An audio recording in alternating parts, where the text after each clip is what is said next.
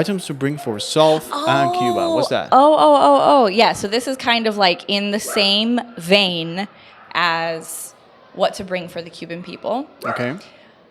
I let people know you also have to keep in mind of what you're bringing for personal use. Uh-huh. Because if you're going to Spain, if you're going to France, if you're going to any resort in the Caribbean, Mexico, it doesn't matter where, and you're like, I'm not going to bring that because I'm going to go buy a razor at the pharmacy, Yeah. or I'm going to go just buy shampoo and conditioner travel size when I'm there. Yeah.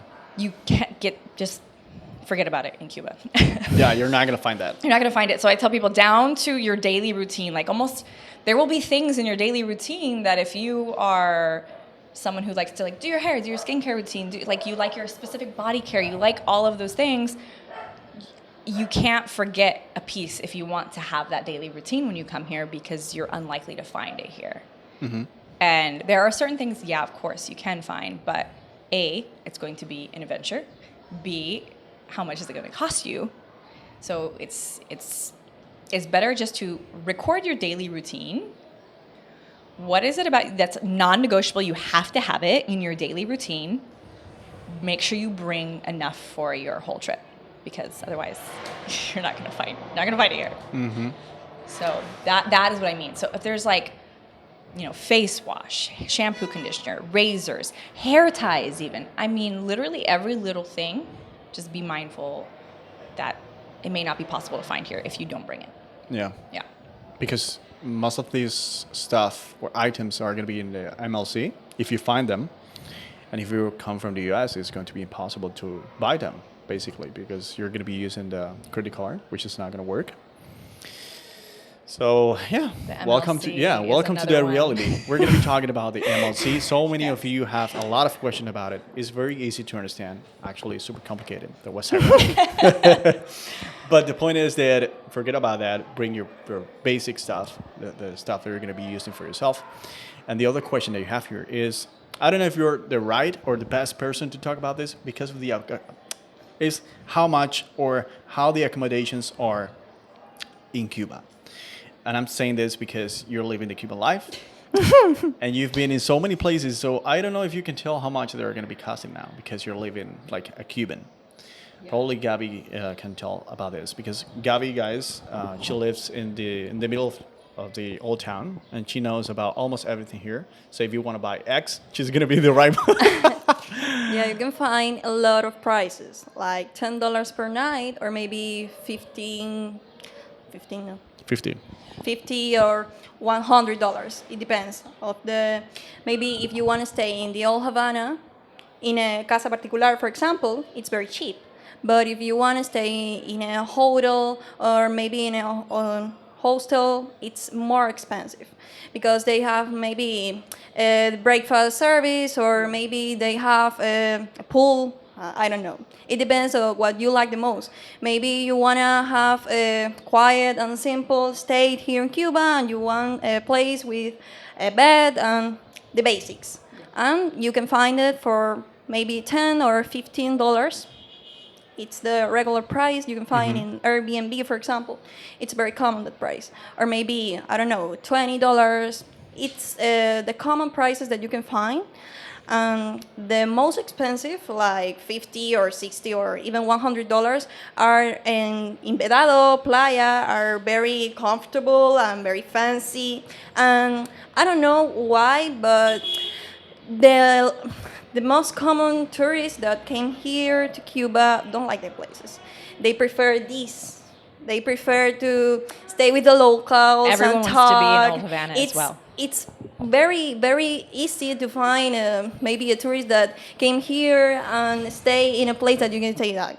Yeah, you really want to stay in that place, but yeah, they love it because it's completely different. Yeah, it's like Holly said, if you're going to Cuba, why are you going to Cuba and you want to be having the same that you're going to find in Mexico or another country? If you want to go to Cuba, it's because you want to know how the Cuban life is. You want to try the local life. Yeah. See And I have a question for you. Yeah. Because this is a question that's asked of me, and as you know, I stay, with family. So if someone wants to stay in a casa particular or a hostel, how do they find it other than Airbnb, for example? Is there a way to find it? There's like a few casas that I follow on social media, like in Facebook and in Instagram. But what's the best route for someone who's coming in to find those resources outside of just Airbnb and booking something on Airbnb? Well, sometimes I saw Airbnb and Hostel Work are the most common apps or platforms that people use to came here and book an accommodation. Because if you came here and you didn't have your accommodation, it's very complicated because you don't know. You are like walking there and you have an accommodation for me. I'm a tourist. No, it's not safe. It's not a safe way to maybe have your Some people do that, though. yeah. I don't know. People who likes adrenaline, maybe. Yeah. But it's a little risk. It's a little risk, but Hostel World is the other platform that I heard is very common and it's frequently used for for tourists here. I don't know, TripAdvisor works here. I don't Yes. know. Yes. Yeah, But yeah. people use TripAdvisor for restaurants and other kind Actually, of Booking.com works here. as well. Booking.com too. Yeah, yeah, yeah. People don't think about that because they think that Cuba is a ghost country. Also, I'm currently in .com. Yes, you can check that out. Another Yeah. great resource to find Yeah, yeah, yeah. accommodation. But it depends, guys. It's up to you about what do you want to find in Cuba, how much you want to pay. Exactly. But in Cuba, you can find everything. Don't just people think that Cuba is a poor country again. So you're gonna find You like can find everything. a falling apart building, and that's what you're gonna get. No, you can pay $300 for a luxury place if you want to, because it's very contrasting. Also, do not be fooled by the exterior because some of the insides of these apartments are stunning, like jaw-dropping, beautiful. Yeah, yeah. Exactly. And it just blended in. You know, you don't even know. And you come through the doors and you're like, whoa, they have everything. I have like a washer and dryer here. I have my dishwasher here. It's perfectly temperature controlled. Like everything's stunning. King size bed that's super comfortable. You're like, wow, what the? How does this how do even you get this? happen? How do you How get does it this? even happen? Yeah, that's what I always say that Cuba is like the Hawaii country, and this is one of the questions. Hey, why is Cuba like having these accommodations when you have this like so many issues? And I say, well, it depends. Well, actually, when it comes to accommodations, some of these like super luxury places, they belong to someone who is living out of the country. Exactly. So they have the budget to invest in that. And at the end, they say, well, they're rich or they're making a lot of money. Some people do, some don't. You know, it's like, I have the money, I invested, but it's because I'm thinking in long term. But at the end, they're not making a lot of money. Yeah. It's just because. I have a colleague, friend, I don't know what to call him, but it's like I met him through Airbnb. And so like I have his personal number. So sometimes if I do want to find like a nice accommodation for someone who is, because there are some travelers who prefer, you know, certain comforts that they have Yeah, at home sure. and they Exactly. want something like an Why Airbnb not? that's a little bit more comfortable.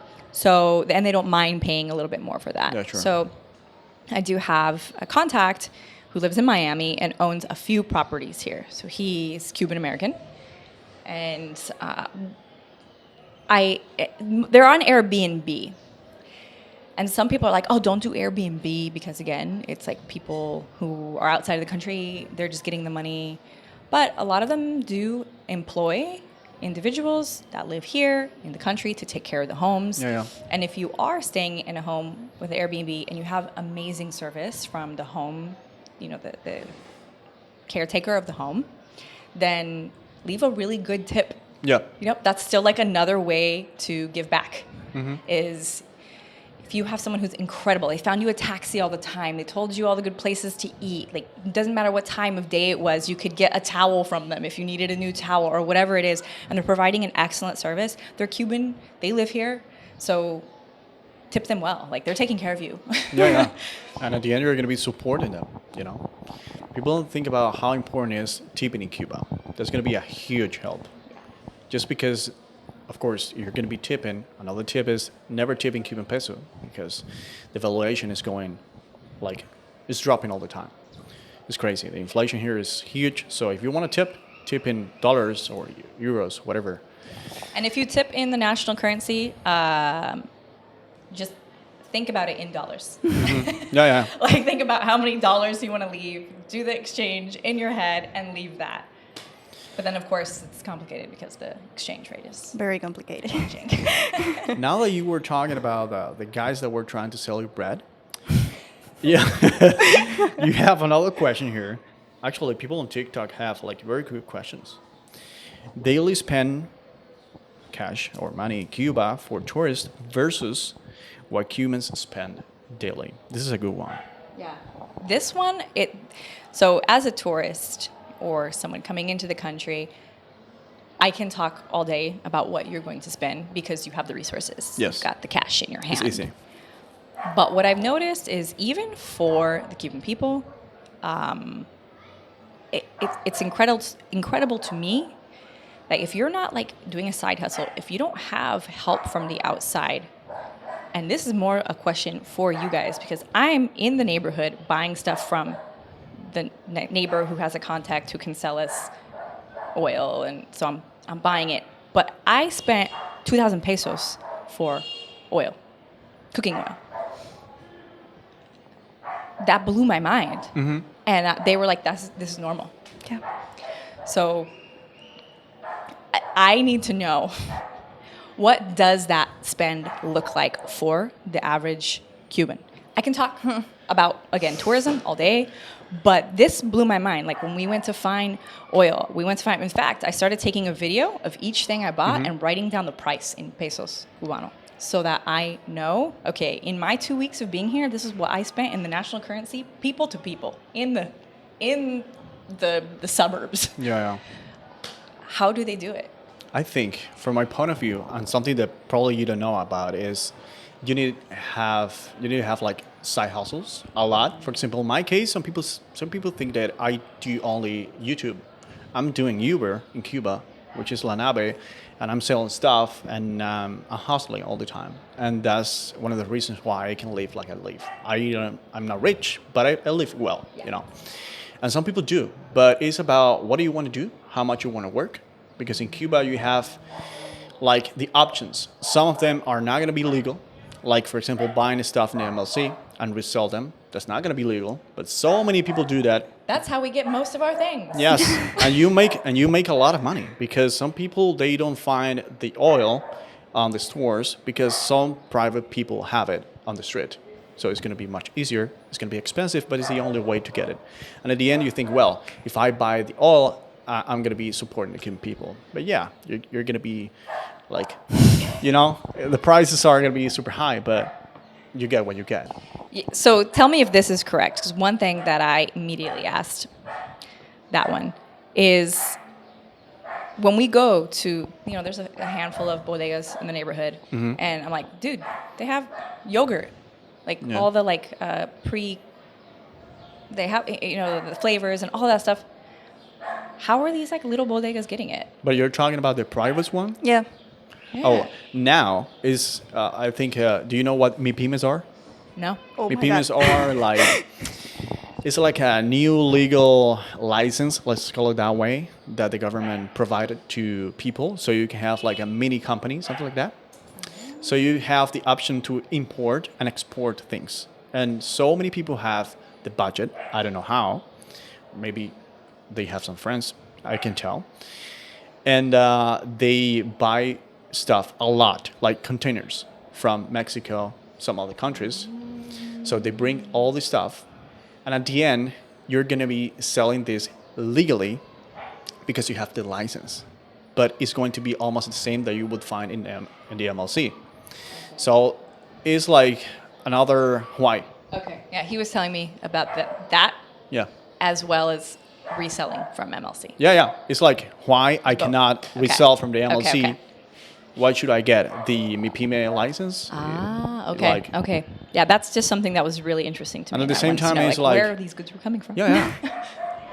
And it's like, okay, I'm having like a private store, which I'm selling. I'm being like a government competitor at the same time, but it's legal. So why I can't go to the MLC and resell stuff on the street?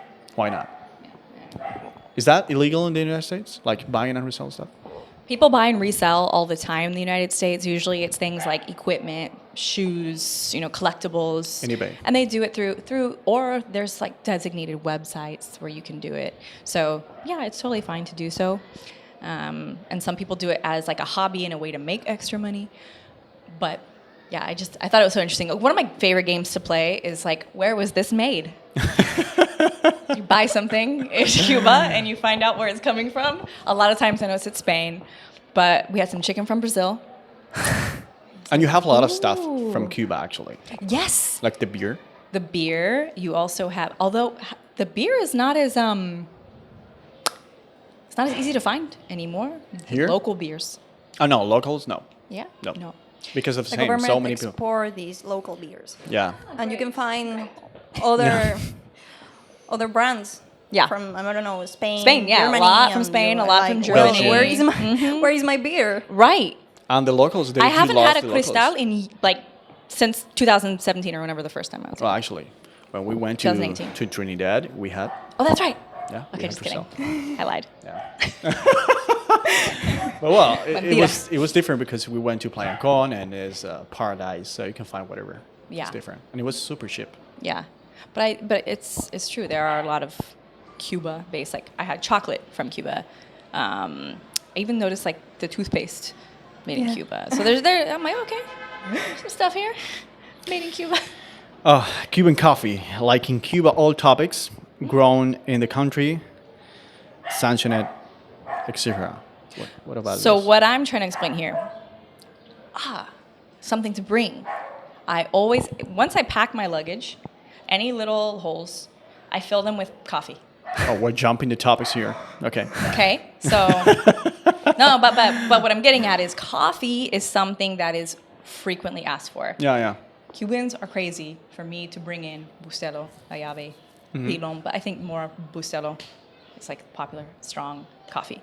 And the reason is because we have Hola, which is the Cuban local one, but it sucks. That's what I want to know. It's Tell terrible. me. It's terrible. And All we have Cubans the other are like, one. this is Hola, No. which is hello in English, is like the Cuban one, and it's 50. How do you say chicharos? Whoa. How do you say chicharos in English? Beer. Well, I don't know, but chicharos are like a type of bean, and it's 50-50. Chicharo, So it's true. Yeah, it's true, actually. Yeah. Actually, if you see the thought that cover was a of the rumor. package, it's going to say 50-50. So it sucks. It's terrible. And also we have Cubita and some other like Cuban brands, but they're going to be sold in the NMLC. So it's hard to find. And some people, they do prefer having La Llave, the other brands, because they love right. it. So, and then on that same coin, we had exceptional coffee in Trinidad. Yeah. So, what about those individuals who are growing and producing coffee? I Is think- that coming back in Cubita and other forms? Like, where is that coffee going primarily, or is it only for? Well, actually, I have no clue about that. But what I think okay. is that if they have like a private farm, something like that, well, when we were doing the tour, the person that was chaka chaka singing, I don't remember the name, but it was super fun. Actually, you can watch the video. And they were like, chaka chaka. And then he was like explaining all about that coffee. He said that we have to give a percentage to the government because we are like having the farm. And it's crazy because at the end, I don't know that brand. I don't see that brand in the MLC. Where that coffee is going. Yeah, And once we tried, because we tried, and it was terrific. amazing. So I don't know. But I was just curious at the coffee question because when I stuff my luggage with coffee and people see pictures of my luggage, like family, when I'm like, oh, I'm going to Cuba, here's the luggage. Like my best friend's always like, how's the packing going? Show me the packing. Like, show me your skills.